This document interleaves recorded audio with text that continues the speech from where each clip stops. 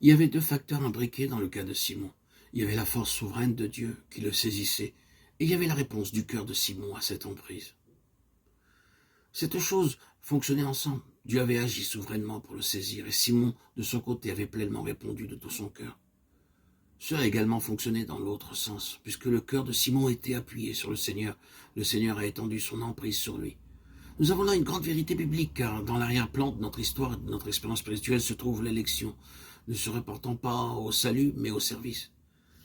Dieu regarde pour voir l'attitude de nos cœurs avant d'introduire l'élection.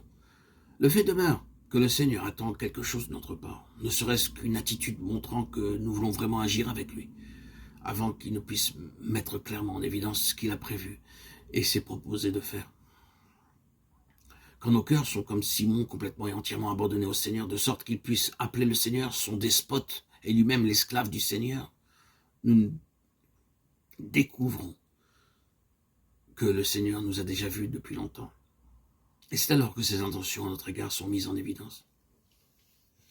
Considérez l'interaction de ces deux choses, la souveraineté de Dieu et l'abandon de nos cœurs.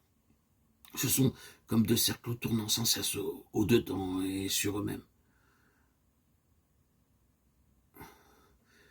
Une réponse totale du cœur peut saisir la pensée divine. Rappelez-vous cela, parce que ce sont des choses très importantes.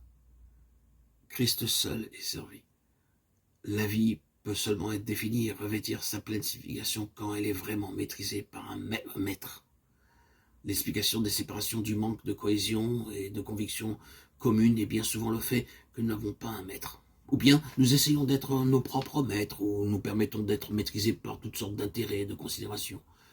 Et dans ce cas, nous sommes des jouets entre les mains de forces qui travaillent pour détruire nos vies. Notre grand besoin est d'avoir un maître, un despote, et d'être dans la totale soumission à son égard. Paul, l'homme qui a vécu cela, l'a décrit ainsi. Moi aussi, j'ai été saisi par Jésus-Christ, Philippiens 3,12. C'était la conception de Paul, de sa conversion.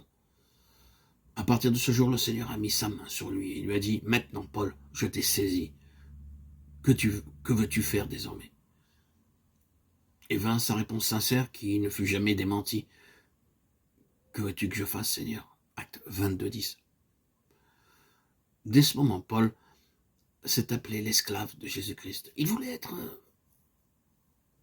dans la soumission au Christ et que Christ soit absolument Seigneur. S'il n'en est pas ainsi, notre vie sera une confusion, une guerre civile à l'intérieur de nous-mêmes. À moins qu'il y ait un maître absolu, la vie sera un échec. Nous aurons manqué la chose pour laquelle Dieu nous a créés.